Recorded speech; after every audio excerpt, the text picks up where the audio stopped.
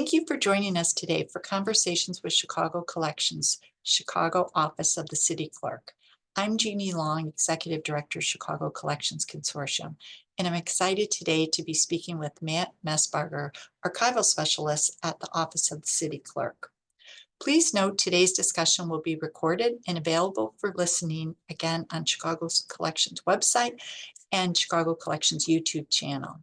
We'd like to begin our program today with Chicago Collections Land Acknowledgement Statement, which reads, Chicago Collections Consortium acknowledges and is grateful for the Native people who laid the foundation for the city of Chicago and for the diverse indigenous nations that reside in Chicago today.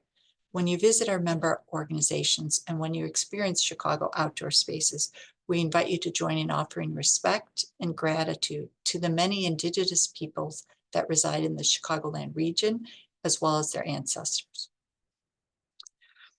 I know many of you are familiar with the resources of Chicago Collections Consortium, but for those of us who are new and joining us for the first time today, Chicago Collections Consortium is an organization comprised of over 60 member organizations ranging from libraries, nonprofit cultural organizations, as well as museums, all working together for the preservation and promotion of Chicago's unique history and culture. Now, we do that through the sharing of their archival collections on Chicago Collections Explorer portal. So check out the portal to dive in and explore some of these fascinating collections. Also, check out CCC's website on our news and events listing for upcoming items on programs similar to the one being offered today. We'd also like to thank CCC's generous supporters shown here, whose support allows us to offer free programs like today's, as well as offering their support for our Explore portal.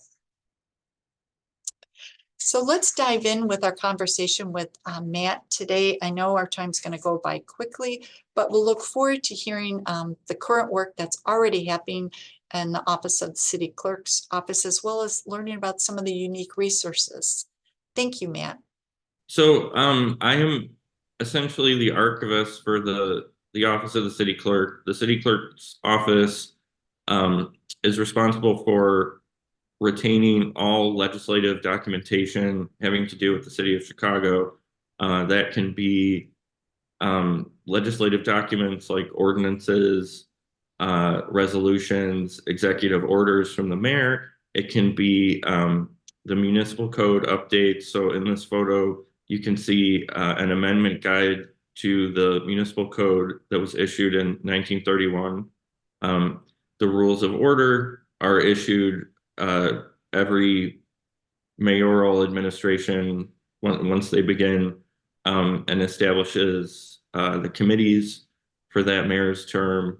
Then there is under those is the kind of the principal document that is produced by the city clerk's office, the Journal of the Proceedings, and that is a record of every city council meeting and everything put forward and passed or deferred, and that is still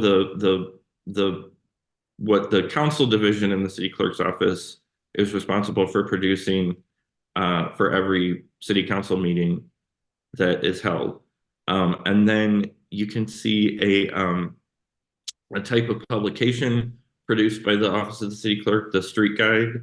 And then I don't know that we actually are responsible for keeping inaugural programs, but we happened to get one for Brandon Johnson's inauguration, and I kept it because it seemed like a good thing to keep. So yeah, we have all kinds of resources that specifically relate to the legislative history of the city of Chicago. That said, we have, yes. Dating back to what's the earliest one could find? Well, so that's a complicated question. Yes, that's why I asked it. Okay, well, I'm glad you did, because we have essentially our records, unique records, mostly date to 1945 to the present. And everything prior to 1945 is mostly accessible at the IRAD facility at Northeastern Illinois University in the Ronald Williams Library. That dates back to decisions that, or just like whatever the culture was around record keeping, and in earlier eras of the city, for whatever reason, that's how things shook out in terms of what who got what. But the good thing is that the records do remain accessible, so that if you are doing research with and you want to look at legislative documents from prior to 1945, you can go to the IRAD facility at Northeastern Illinois, and I believe it's open every day of the week. And And then another proud CCC member, Northeastern, is as well. And I appreciate you bringing that up because, again, what the climate for archival records at that specific time period in time, and that has changed. And that's why, we celebrate the transparency and the sharing of these resources and conversations like today that's, coming out of the current office. So no, thank you. It's an yeah, I mean, and I would just like to add that with Chicago's municipal records, it really they are out there. They're not all in one place, but there are ways to kind of map out where to find stuff. And that's one of the reasons that we joined the Chicago Collections Consortium, so that we can be a part of that map, essentially, to make these records accessible. And we'll have more resources to that end soon, hopefully. Helping people to find, if you want a certain mayor's records, where do you go? Certain departments' records. We're just talking about building out a subject guide for municipal records to host on the CCC website. I think that'll be really helpful. But yeah, so the first slide, though, are the kinds of things you can find in our specific office.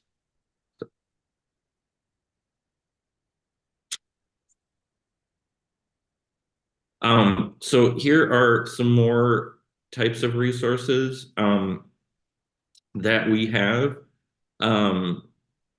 And I'm sorry I don't have any fancy visuals, but this is actually taken from our CCC member page. And because a lot of these resources aren't yet digitized, some are, and some are currently available that way on our website, but these still give you an idea of the kinds of records that you could approach us about and we can make available. So we talked about the municipal code and the legislative documents. The committee records are really interesting. We have city council committee records going back earlier than 1945. And they're, every time I get a chance to look at those and review them, I typically find pretty fascinating stuff. A lot of times, even though they're not obligated to provide them, a lot of committees will hire a transcription service to record all the dialogue that took place during those meetings. And that can be really, really interesting depending on the topic. So, but yeah, those are some of our collection highlights. So wonderful. And can you share in terms of access to material? What's the plan in place for you as the archival specialist to have to get to material? Where is it housed, the back end story? But then as a researcher, what steps anyone from the outside coming to your office, how could you I guide would them? say the first step would be to contact me, and you can do that through the city clerk's main telephone line, or I put my business card as a slide that you'll see later. You can also contact us via the website, which has from the drop down menu under contact, has an option for archives. So that's another way to contact us. But essentially, we are not quite set up to provide a lot of resources without my direct assistance, just because they are not readily accessible mostly, and it helps me to understand what people are specifically looking for so I can figure out the best way to make that available. Conceivably, we could bring in people for an appointment. We have done that in the past, and we are setting up a workflow that will allow people to make appointments more easily. That'll be via the website again. But essentially, you would contact me about what you're looking for. I can see what we have. If we don't have it, I can find out who does. And that's really, it's just sort of it's like putting together a puzzle. We typically like to digitize things if we can. Instead of having people come in, it's just we really don't have the staff resources or infrastructure to deal with regular appointments. But we do want to make these materials discoverable, accessible, and so we're working on getting a better system in place. But yeah, you would contact me, and we would go from there. And I also think, as you had mentioned earlier, being able, with new work with a subject guide, or just be able to provide that roadmap for those that are in need of information, what's the best, way to get to that end result. So, and what those holdings, are available. So, no, and that's very, very helpful. At least that's the first step too. So, And it takes the input and the assistance of a lot of different people at a lot of different institutions, because we all kind of, or those of us who are in institutions that have municipal records related to Chicago, we really do work together to kind of pool our resources and see how we can best make those records accessible. But so there's a chance that if you contact me, I might have to reach out to Joanna Russ at Chicago Public Library, who manages their special collections. There's a librarian at Northeastern who put together a great guide to researching Chicago's municipal records. The Newberry actually digitized most of the journals of the proceedings. And the Chicago History Museum made a great guide to that series. So there's lots of people involved, and they are great to work with. And my job would be much harder if I wasn't able to work with them on these issues. So lots of people involved. great. Now, Matt, can you tell us or share with us one of the, unique discoverables, one that you have in your collection that somebody listening today may not even be aware that is in your collection? Sure. So I have talked about this a couple of times in different forums, and I don't want to be endlessly mentioning these when they're not yet available. But the series that I think is the most interesting is the City Council meeting audio recordings. The series started in 1970, and it continued until 2012 when they switched to video. So you can access video recordings on the city clerk's website, I believe going back to 2012. The audio recordings are currently unavailable, but we have it under grants review of a grant proposal to have the collection digitized. And when I've been able to hear some of these recordings, when we've gotten specific tapes digitized, it's just so fascinating, the human element behind all of these legislative sessions and decisions. It really gives you so much of a different aspect of what occurred that isn't captured just in the written record. And so that is kind of my white whale, I like to call it, in terms of collections that I really want to get digitized. It's expensive to do, and we are determined, though, to find the money to do it. So hopefully I will have more news on that in a few months. Well, and you're So absolutely right. You can, the reading it in print is nothing to hear that passion. And let's face it, Chicago leaders are passionate about their causes, areas, etc. So to have that captured and to hear it is a totally different takeaway as well. Now, right. Matt, what are some of the, more, I say like requests that, that you see in terms of people needing, if it's that researcher or the general public coming in, what's the most go-to resource that they're looking for? So I would say, I mean, there's definitely a couple of types of information that a lot of people typically are looking for.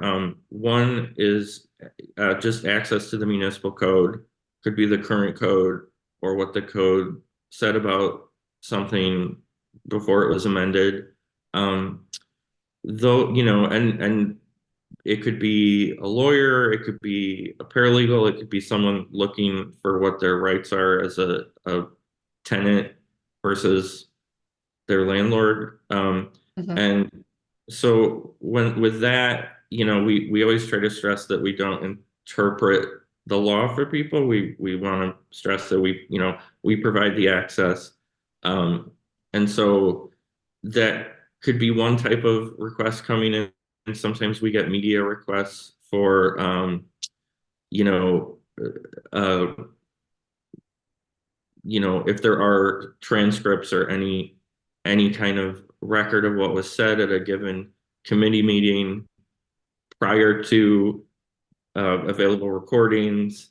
It could be a question about something like a residential permit parking issue. We might have to do some research for aldermen or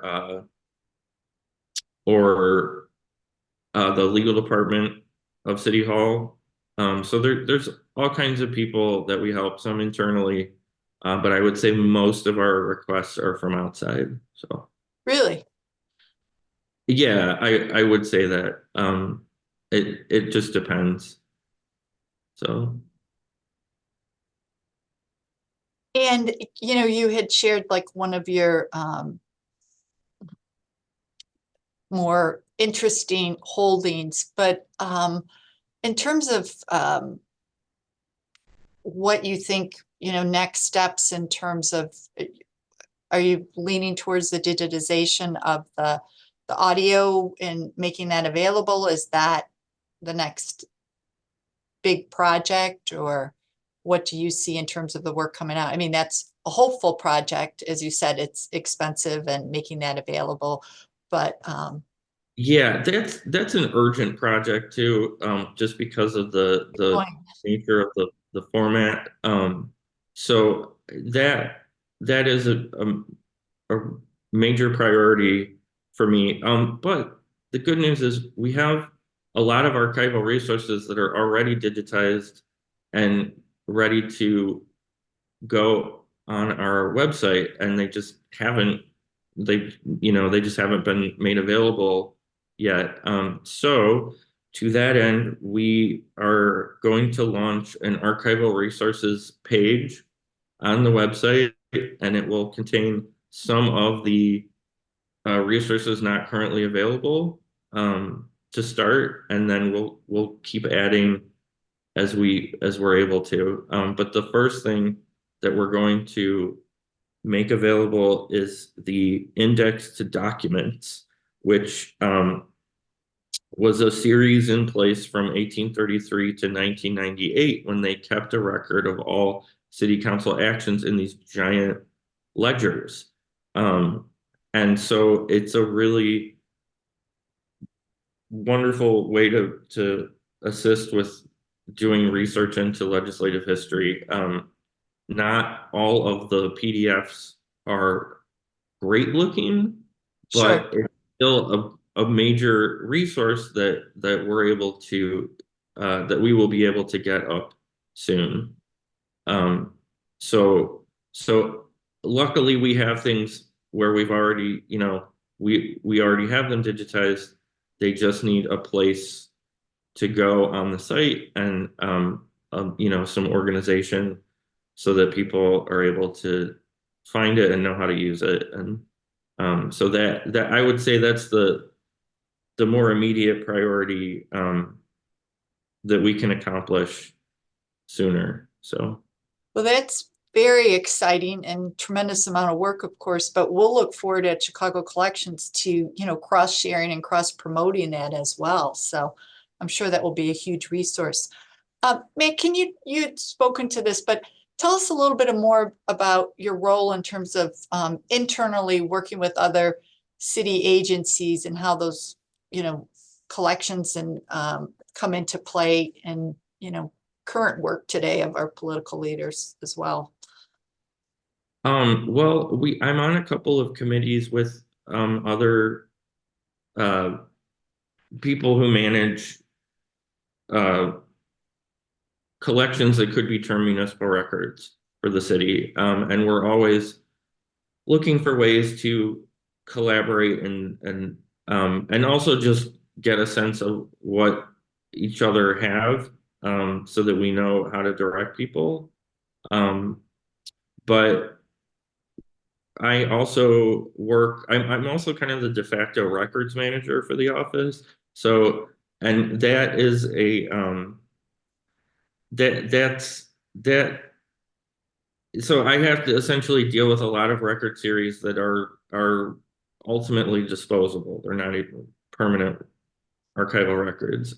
So I do have to put that hat on sometimes and work with other uh, you know, departmental liaisons for, to talk about our records retention schedules and how to be in compliance with the state's rules about those. Like right now, uh, the city key program is one issue that we're trying to figure out a retention schedule for, because it's kind of an odd record. It's a it's an ID where we don't keep any actual info about the person who applied, sort Mhm. of by design.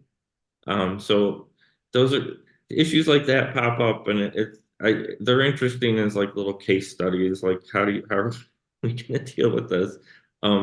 So there is a lot to do, and we all need to rely on each other, whoever works with these records, for advice and knowledge about best practices and things like that. So.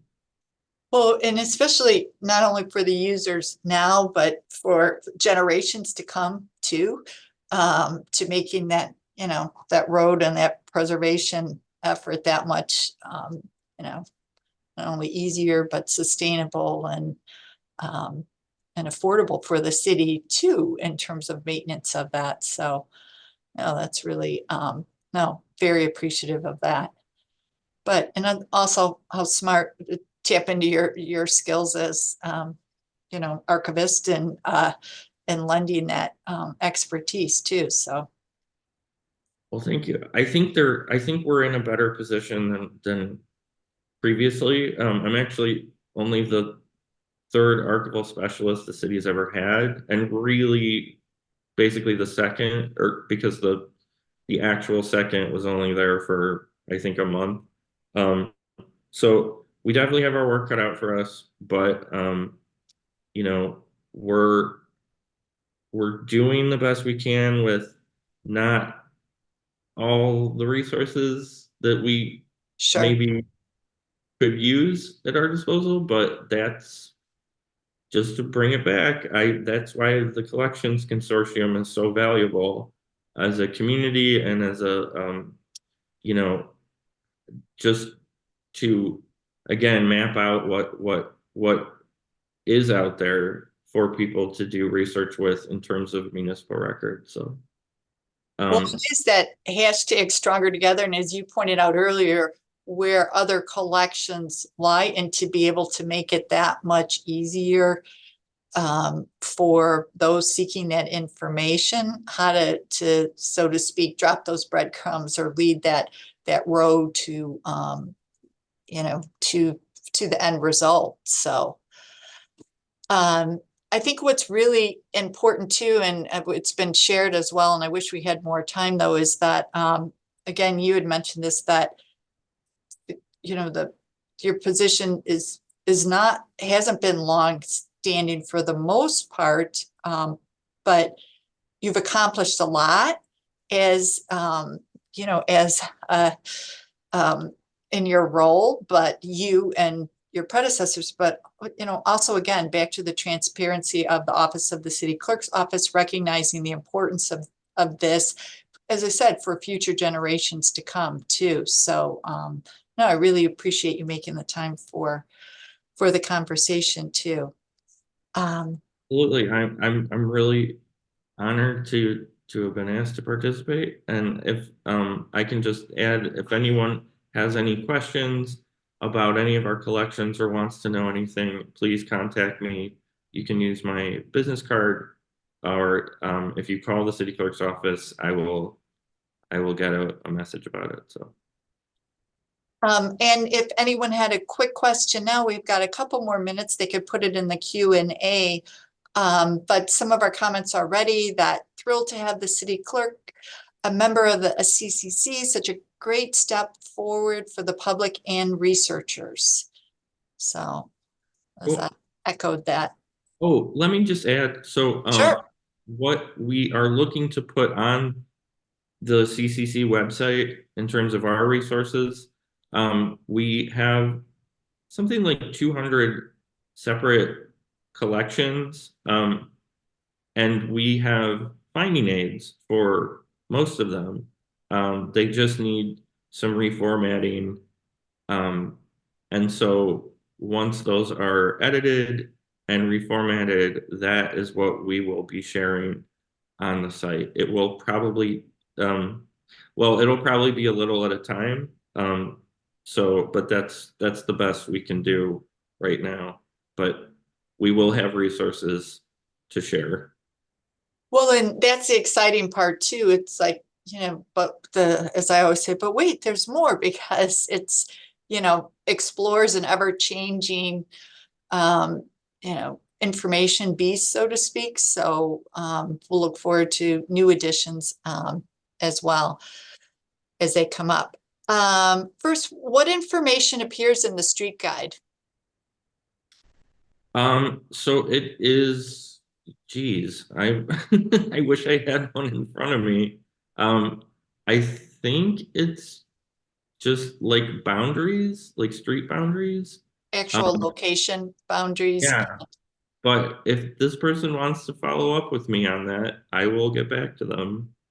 They're not, I don't think they're published consistently, but the one in the slide is, I think, the most recent. So. Great. And Matt, the first deed in Winnebago County was conveyed in 1835 and was recorded in your office.